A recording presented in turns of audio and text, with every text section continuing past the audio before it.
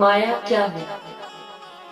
कबीर दास जी ने माया के ऊपर बहुत सुंदर एक दोहा लिखा है। माया मरी न मन मरा, मर मर गया शरीर, आशा तृष्णा नामरी, कह गए दास कबीर। व्यक्ति जीवन भर बस पैसे को कमाने में, नाम को कमाने में लगा रहता है।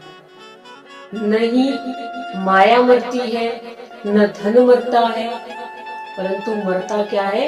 ये शरीर। और हम इस माया के चक्कर में इतने खो जाते हैं कि अपने आप को ही भूल जाते हैं कि वास्तव में ये शरीर प्रभु ने क्यों दिया है, और प्रभु से दूर होने लगते हैं माया को प्राप्त करने के चक्कर में। माया मतलब है भ्रम, और मोह मतलब है भ्रम से लगाव। तो जीवन पर्यंत मोह माया में फंस कर के व्यक्ति ऐसे रह जाता है कि पता ही नहीं चलता संसार में कब आया और मोह माया के चक्कर में फंस करके कब चला गया। जिस कार्य के लिए व्यक्ति संसार में आता है उसी कार्य को करना भूल जाता है, और जब अंत समय आता है भक्तों, जब प्राण श्वास निकलने को जब होती है, तब हमें ज्ञात होता है जिस काम को करने के लिए हम यहाँ आए थे वास्तव में हमने वो काम किया ही। हम बस यही सोचते रह जाते हैं अपने जीवन में कि हम बुढ़ापा आएगा तब हरि का भजन करेंगे, परंतु उम्र किसी को नहीं पता किसकी कितनी है। काल रूपी सर्प भक्तों, श्रीमद् भागवत में लिखा है, काल व्याल मुखग्रास त्रास निर्णा यश एतवे, श्रीमद् भागवतम शास्त्रम कलो कीरेण भाषितम। ये काल है जो अजगर की भांति मुख फाड़ कर के बैठा हुआ है। हमें इस काल रूपी सर्प के मुख में एक दिन जाना होगा।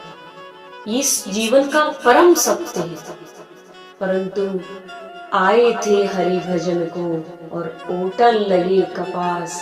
क्या करने हम यहाँ आए थे और क्या हम करते रह जाते हैं। जब व्यक्ति गर्भ में होता है, माँ के गर्भ में होता है, तब 9 महीने लगातार परमात्मा से यही विनती करता है कि हे प्रभु मुझे एक बार तो इस नरक से बाहर निकालो, मुझे एक बार पृथ्वी पर भेजो, मैं निरंतर आपका भजन करूंगा, निरंतर आपको पुकारूंगा।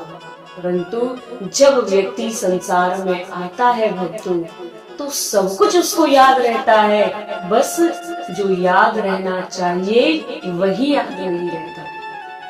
मकान बनाना है याद है, दुनिया भर का पैसा कमाना है, नाम कमाना है, ऐश्वर्य कमाना है, सब याद है, परंतु जिस काम के लिए यहाँ आए थे, जो परमात्मा से कहकर आए थे गर्भ में कि बस तुझे याद रखूंगा, सब भूल जाऊंगा, और यहाँ आते ही सब याद रहता है, बस भगवान का नाम ही याद नहीं रहता है। उन्हीं की भक्ति हमें करनी है, यही याद नहीं रहता है। ये रिश्ते नाते भक्तों जिनमें फंस कर के हम इतना रह गए हैं, ये काम नहीं आने वाले हैं। ये रिश्ते नाते, ये परिवार, ये समाज, ये कितना हमारा साथ देगा। नाते रिश्तेदार ज्यादा से ज्यादा साथ देंगे शमशान तक, पत्नी साथ देगी द्वार तक, और पुत्र साथ देगा अग्निदान तक, परंतु आपके साथ जो जाएगा वो है आपके कर्म, यही आपके साथ जाने वाले हैं, अन्यथा सब यही रह जाएगा। आपके साथ जाएगा तो आपके कर्म और भगवान की भक्ति, भगवान का नाम कि आपने कितना लिया है।